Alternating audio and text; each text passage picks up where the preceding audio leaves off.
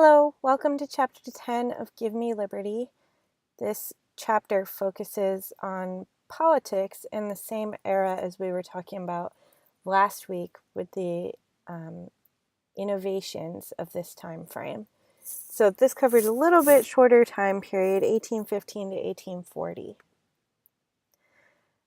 This time frame that we're talking about right now is often referred to as the Age of Jackson. We talked about it last week, that there was this large expansion of the railroads. There was a market revolution. The way people bought and sold things began to change. There was westward expansion, so people were moving further and further west and looking for new places to establish themselves. And with that also went the spread of slavery. So there was a movement from the east to the west of large enslaved populations. With all of that in the background, you also have this idea at this point of what is called the self-made man. This is a particularly long-lived idea that people are somehow able to make it themselves and become these sort of millionaires, become Jackson, become the Vanderbilts, become any number of recognizable names that you could think up. This self-made man was responsible for his own success. He would have supposedly had no help along the way, oftentimes would have come from a poor background and somehow ended up on top. That's the case with Andrew Jackson, that he began his life in a more modest space and eventually moved upwards. If so far as the self-made man piece of this goes, I'm sure we're all aware that nobody's really a self-made person.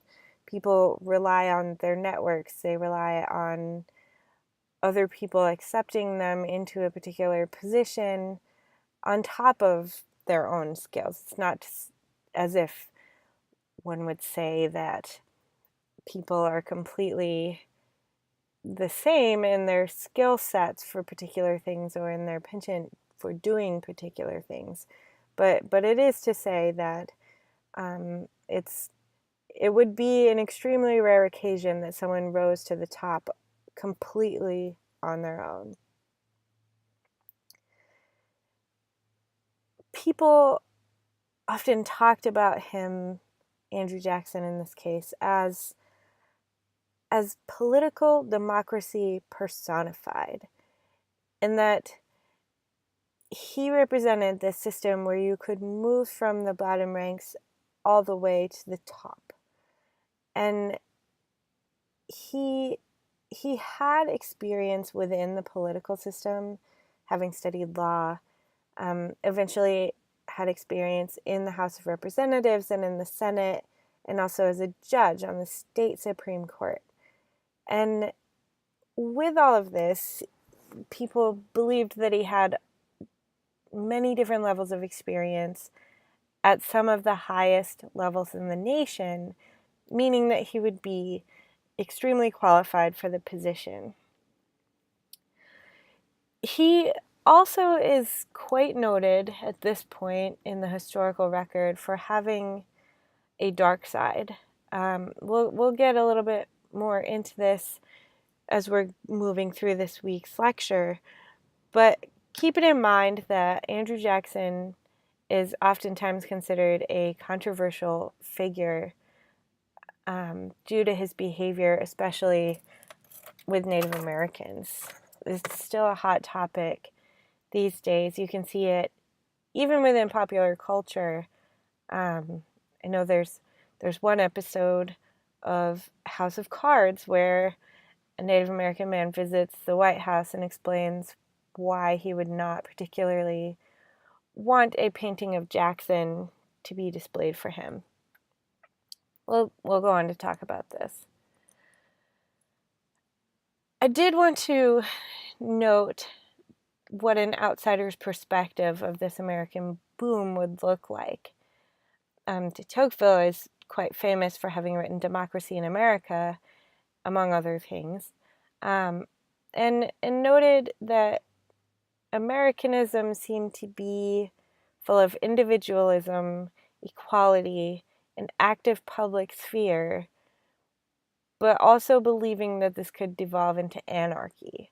So there's this freedom and this idea that maybe it's an unfiltered freedom, and that the country was sort of on this tipping point where it could turn into something unintended and essentially lose this foundation that it had been attempting to build for a few decades at this point.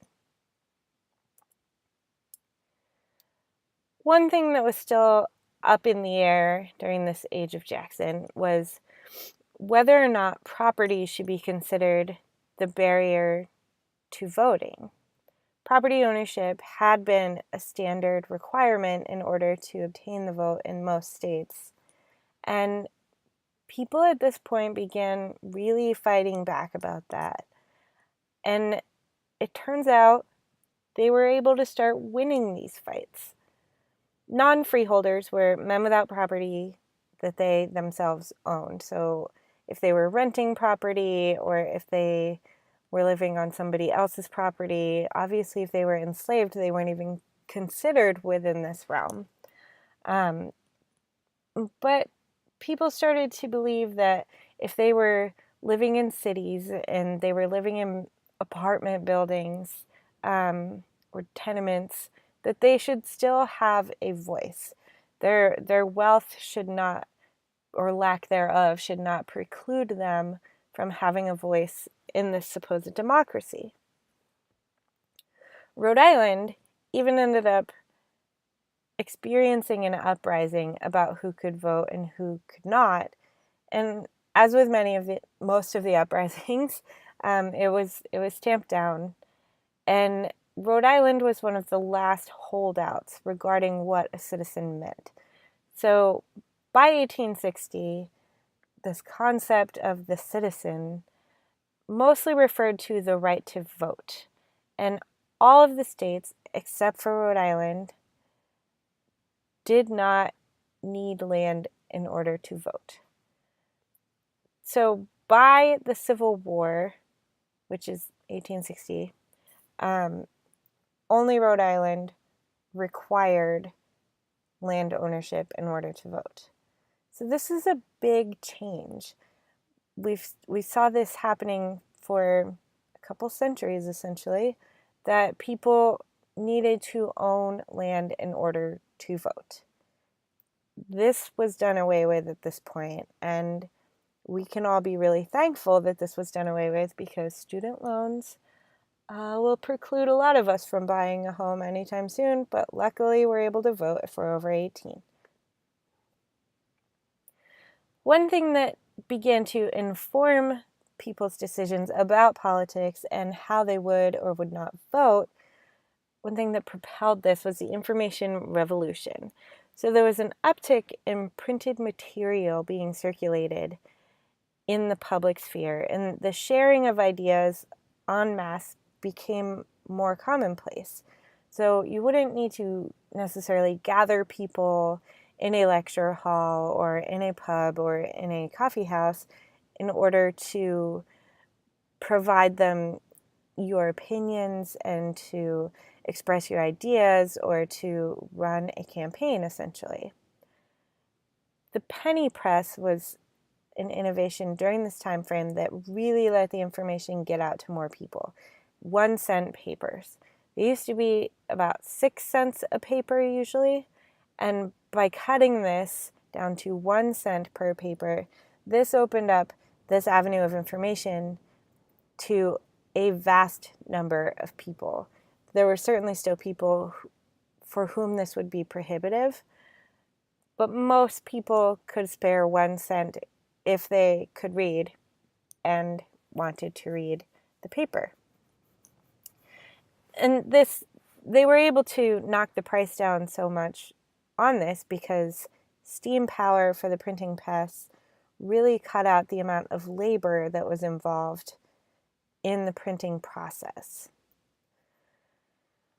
As with the news even today, all the way throughout time, essentially, but especially at this point with this boom in the ability to move news throughout the people, sensationalism, crime, and exposés really rose up. People thought this was interesting. People were more willing to buy or more willing to listen, more willing to think about things if they were not only entertained, but also gaining information.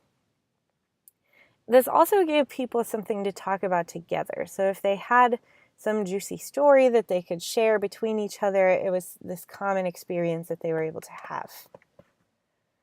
The political parties also boosted circulation of papers and actually the creation of certain papers. So the parties, like we have websites today, for example, would start their own paper and send out information that was positively reflecting their own ideas. You also saw a bump in the consumption of magazines, travel guides, and advice manuals. Some of these advice manuals included etiquette lessons, for example, and magazines focusing on people's particular interests with this push towards the 8-hour workday, the 8 hours for what you will, and the 8 hours for sleep. If you were going to have spare time, you were hoping probably to fill that with something that you found interesting.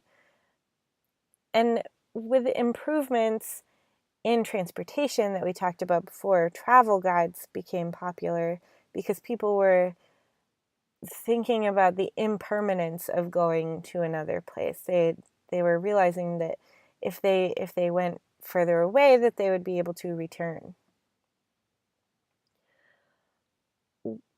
In addition to this rise and dissemination of information, the people writing the information also began to morph a little bit. There was a rise in female writers during this time, but they were still not the majority, obviously, and there was no real level of equality being achieved, but they were breaking in, and that is progress. They were able to publish with some papers. With all of this expansion of information, thought processes, and this expansion of the right to vote to more people, there were some limitations that remained. Native-born and some European immigrants were often barred from voting. So the Native Americans, if they were around, often weren't able to vote, usually weren't able to vote still.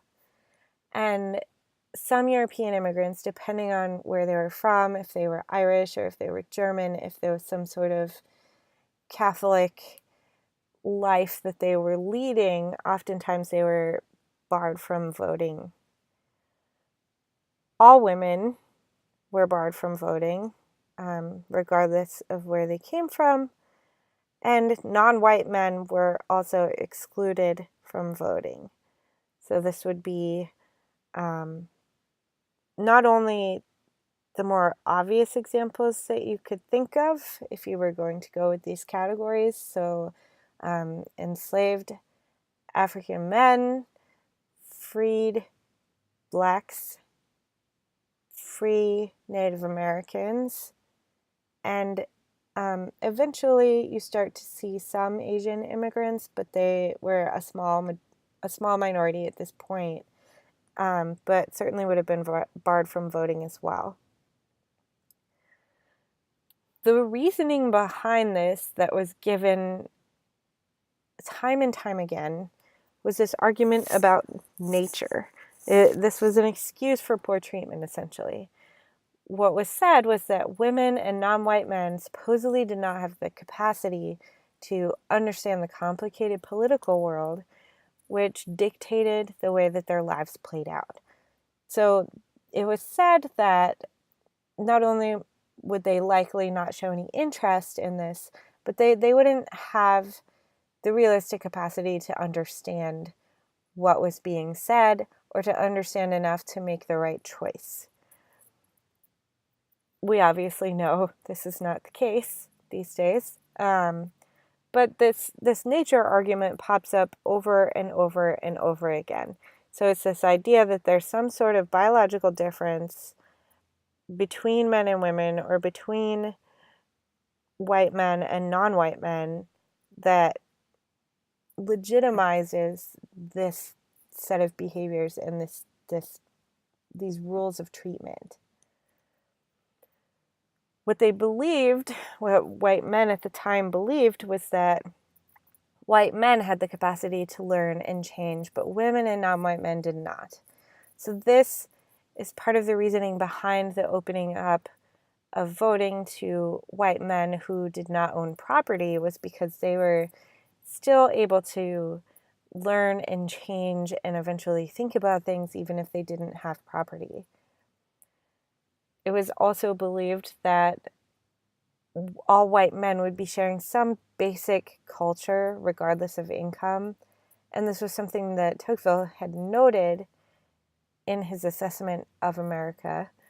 And it was an argument that was put forth over and over again, that there was this massive cultural difference between white men and non-white men.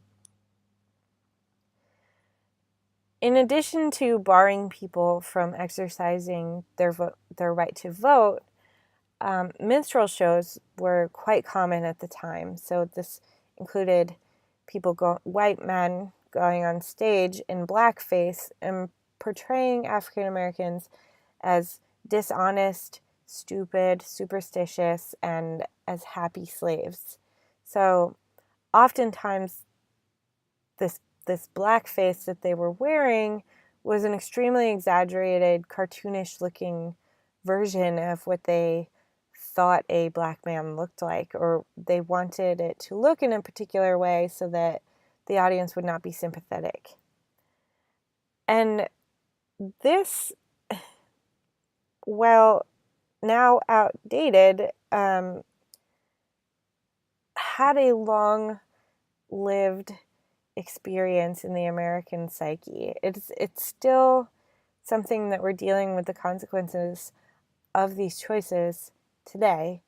I'm sure you're aware of the debacle in Virginia in recent months.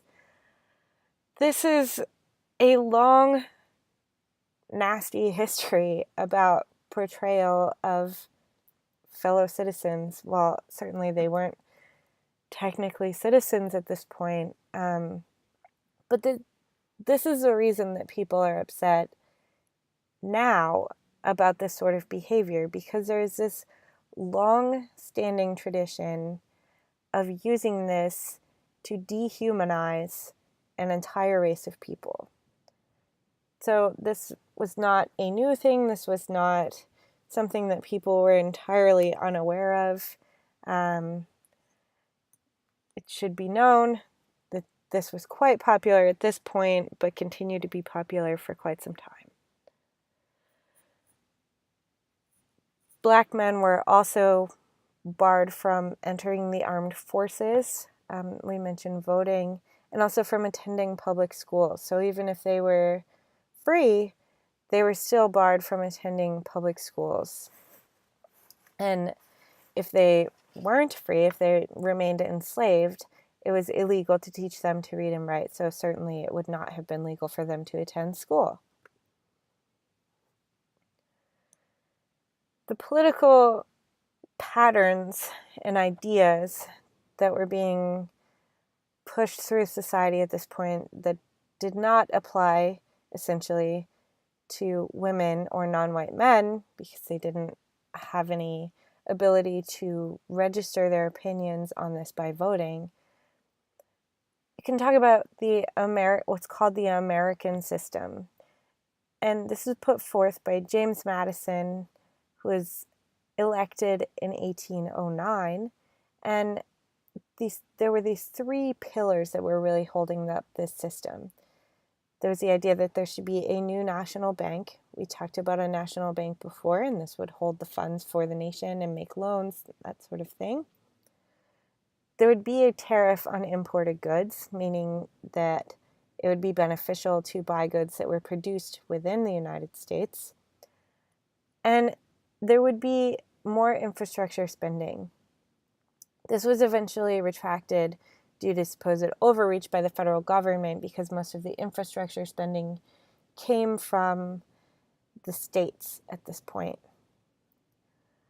The Second Bank of the United States printed money and ensured that it was backed up by metal. So it was meant to be a backup system for smaller banks that could go under and leave people without anything. So there was this network of banks that weren't necessarily connected. So there were these individual pieces that made up the banking system. And with no federal backup system, if that bank failed and didn't have money to pay you out, there was no money to pay you out. This is particularly important because there are a series of financial panics over the centuries since the United States has been established. There seems to be this cycle, about 7 or 8 year cycle, where things go up and then they come back down, financially speaking. That's an oversimplification, but if you look at the larger patterns of things, you can sort of draw that out. Financial panics are also quite common, much more common than all-out depression or recession. So financial panics are moments where people think one of those things might happen and pull their money. So in 1819, loans for farming to expand cotton farms throughout the South. Remember we showed that map last week where cotton farms were expanding not only into the South but also towards the West, and grain in the West especially. The bank had printed money to hand out loans, and in 1819 agricultural items, this bubble burst. The panic stopped by helping people directly, but banks were untrustworthy after that. So people made up for what they lost during this bubble burst, but the small banks who had handed out this money, who had handed out loans, became untrustworthy because it was noted that they weren't able to sufficiently understand how the market was going to work. In 1837, there was speculation in the West again with real estate and unreliable cash. So again, the banks didn't really have enough cash to back up what they were doing. There was a depression until 1843 where farmers had lost their land, workers were unemployed, and strikes weren't particularly feasible because so many people were out of work that they were willing to take up whatever jobs people abandoned during a strike.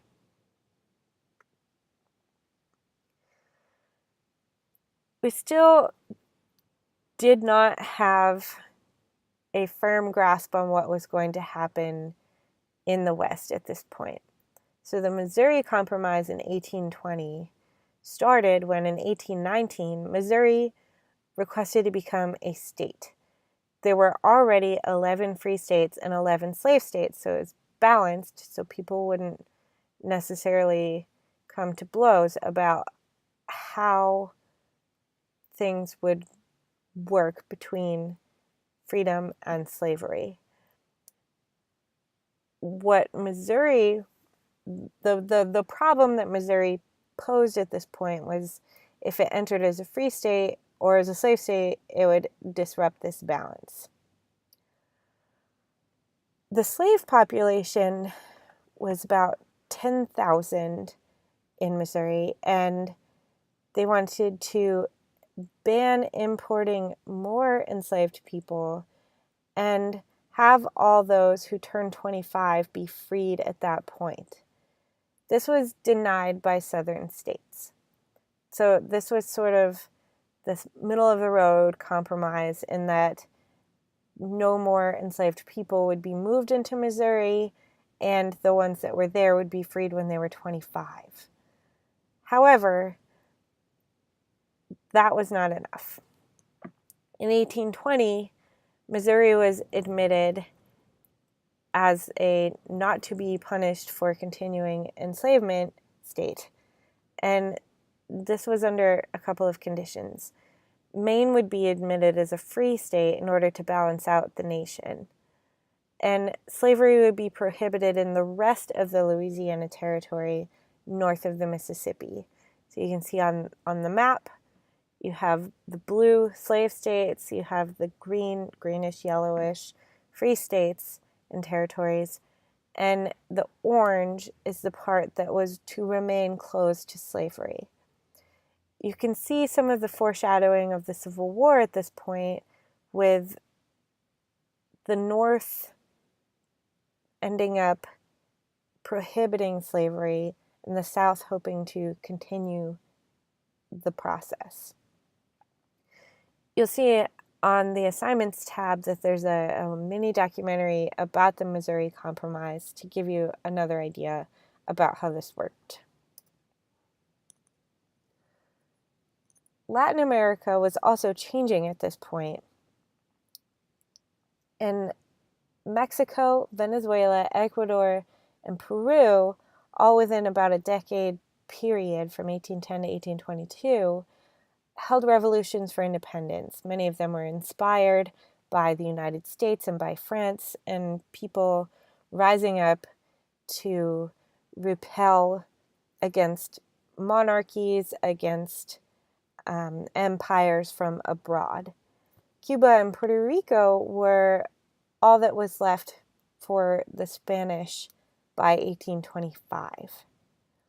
In 1822, the United States recognized new nations as sovereign, so Mexico, Venezuela, Ecuador, Peru, and that was controversial because it was going against what were seen as fellow European powers. So if you're looking at European Americans, there was this idea that there was still some cultural similarity between European Americans and Europeans themselves. And by going against Spain and by going against England and by saying that these countries within Latin America were indeed free and that this new nation in North America was willing to solidify that, this proved too much for some of the European countries.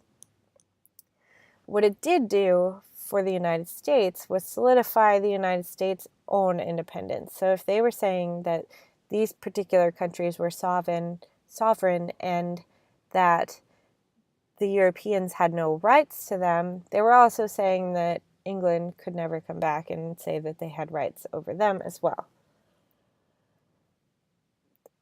With Cuba and Puerto Rico as basically all that was left for the Spanish by 1825, this happened because the Spanish Empire was much too scattered and sparsely populated by the actual Spanish.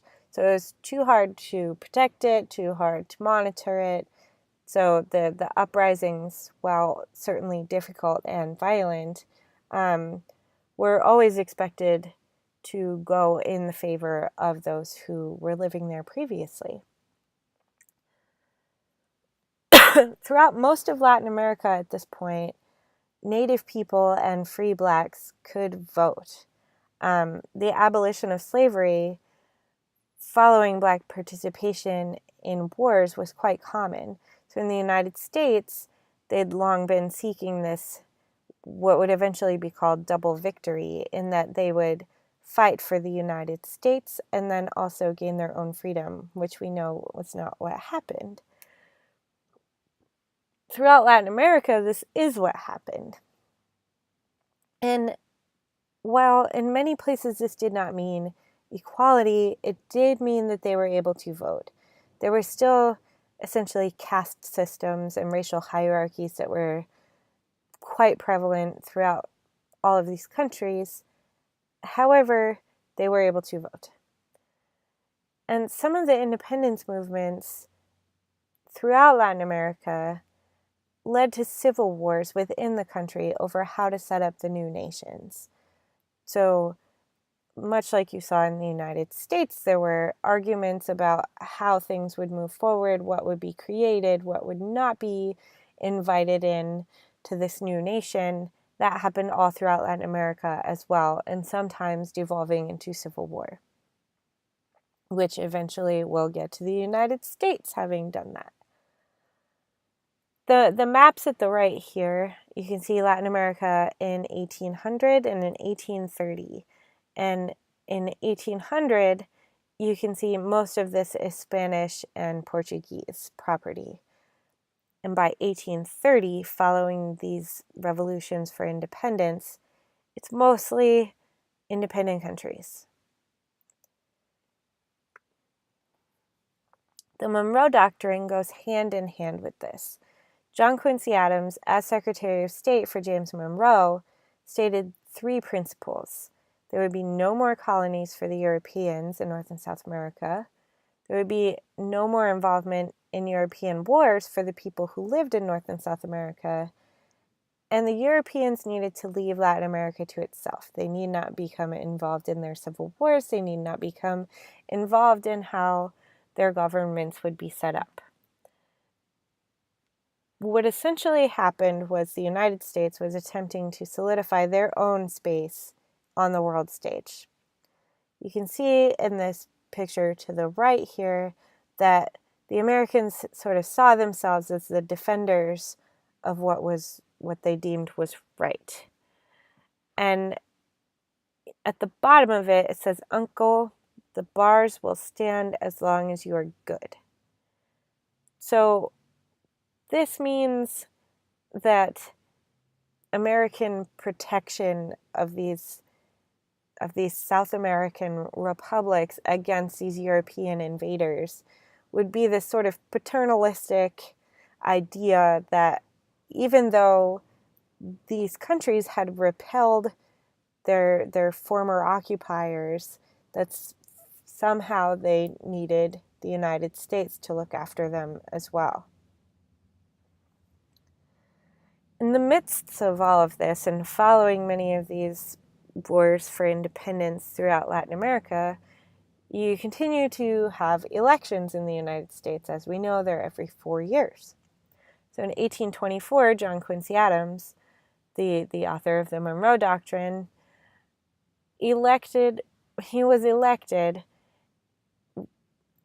in spite of the popular vote.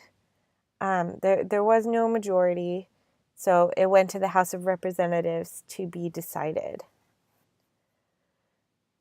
He was the son of John Adams, supported that American system that we were talking about, and as previously mentioned, wrote the Monroe Doctrine. He's noted for having expansionist proclivities, and this means that he was interested in moving further and further west and expanding the land that the United States took up. He favored a federal government, so he was not as interested in individual states maintaining rights that would supersede anything the national government was in charge of doing. And he also wanted to look at internal improvements within the nation, so those infrastructure improvements that we were talking about. 4 years later, you have yet another election, and this time Andrew Jackson won by a large margin. This was 68% of the electoral vote and 56% of the popular vote. He was quite popular and he had name recognition, and this was following his military victories in the War of 1812, as well as Indian wars and pushing Native Americans out of their land. This campaign is noted as getting quite ugly. So this campaign is John Quincy Adams and Andrew Jackson. Adams was skewered for being an intellectual elite that was out of touch with the regular people and the pulse of the nation. And Jackson was skewered as being a murderer, among other things, including an adulterer, and just a general dim-witted person. The murder accusations stem from his behavior in the War of 1812 and the execution of 13 militiamen, and also with his murder of and sanctioning of murder of thousands of Native Americans. This only gets worse. But he is, however, elected president in 1828. What was determining people's alliances at this point and the way that they were thinking, there were a couple of parties at work here. So Democrats were interested in the gap between social classes. They were concerned that there was this wealth gap and that it was prohibiting people from working together, and that there shouldn't be so many at the top while so many were at the bottom. They also believed that government favored the wealthy over the producing population, so they thought that the elite and the top of the society essentially were favored, while farmers, working men, and the people in the lower socioeconomic strata were largely ignored. The Whigs were noted as being supporters of the American system, supporting tariffs and banks, internal improvements, and having embraced the nature of the market. And this was named after a British party that was weary of monarchy.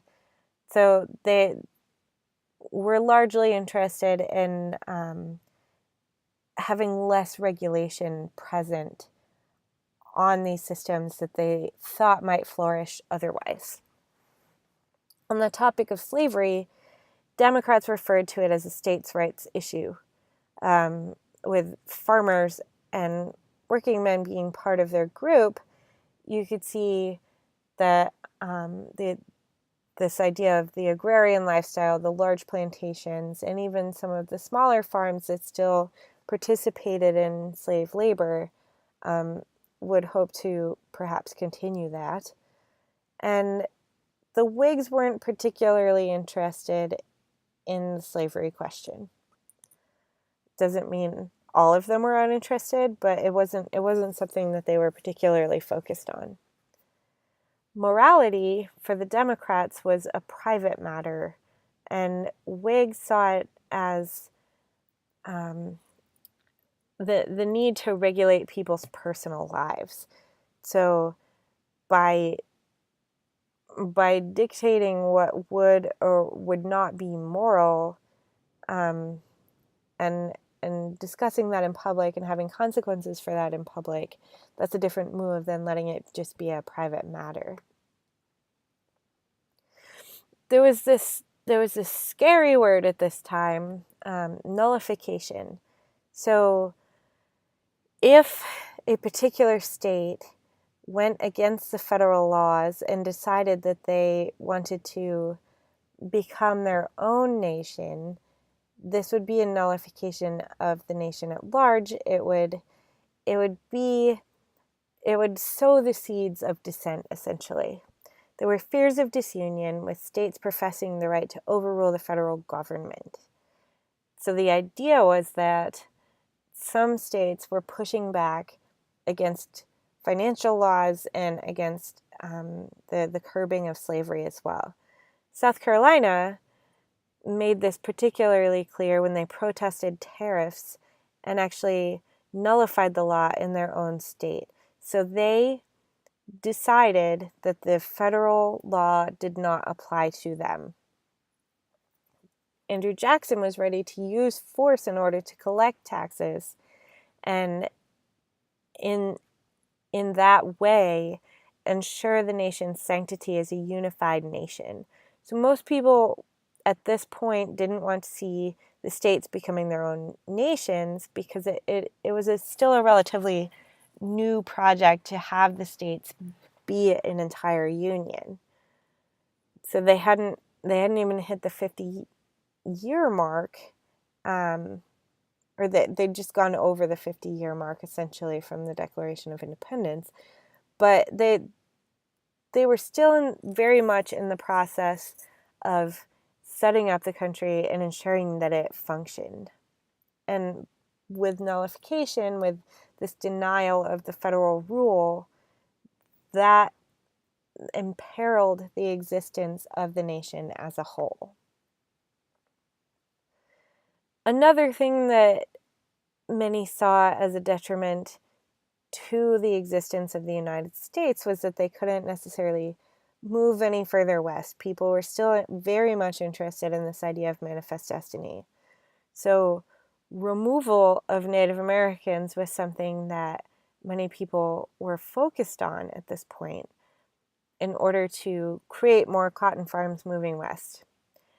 The Indian Removal Act in 1830 was signed by President Jackson, and it allowed for the removal of Native Americans from their own land, from the land that they were living on, and actually provided money for their removal. So this set aside funding to ensure that people were able to kick Native Americans off their land and make them go somewhere else. There had been several decades of attempts to assimilate Native Americans into the white American culture. And under the Jackson presidency, this was no longer the goal. The idea was to simply move them out, and if they wouldn't move out, it was to exterminate them. Court cases that were of particular importance at this point were the Supreme Court in 1823, Johnson v. McIntosh, said that Native Americans didn't own their land, they just occupied it. So they didn't need to be paid, they didn't need to permit people to move onto the land. They were just essentially squatting there, and anyone could move in or buy it. And perhaps sometimes didn't even need to buy it if the U.S. government didn't say that it owned it. In 1832, you have Worcester v. Georgia, that said that Native American nations were distinct political entities. They had no rights within the United States. Again, Native Americans were not offered citizenship until 1924, so we're not going to get to that this semester. One of the more famous experiences during this time frame is the Trail of Tears, and this is part of the notorious legacy of Jackson. In 1838 to 1839, about 18,000 people were essentially herded west from Georgia to Oklahoma. They weren't always given a ride. Sometimes they were made to walk chained together. Sometimes they were simply kept in line by armed forces. About a quarter of them died over the winter that they were moved. And this act of cruelty that became quite famous and remains quite famous, or infamous rather, inspired other Native Americans to essentially give up their hold on their land. Many of them gave up at this point because they didn't want to meet the same fate, either death or being tortured, essentially, moved across the country in this manner. There is a documentary for you to watch on the assignments page about the Trail of Tears, so please make sure that you watch that. It's also a potential topic that you could write about for your paper that is due on next Friday. So not this upcoming Friday, but the Friday listed in your syllabus.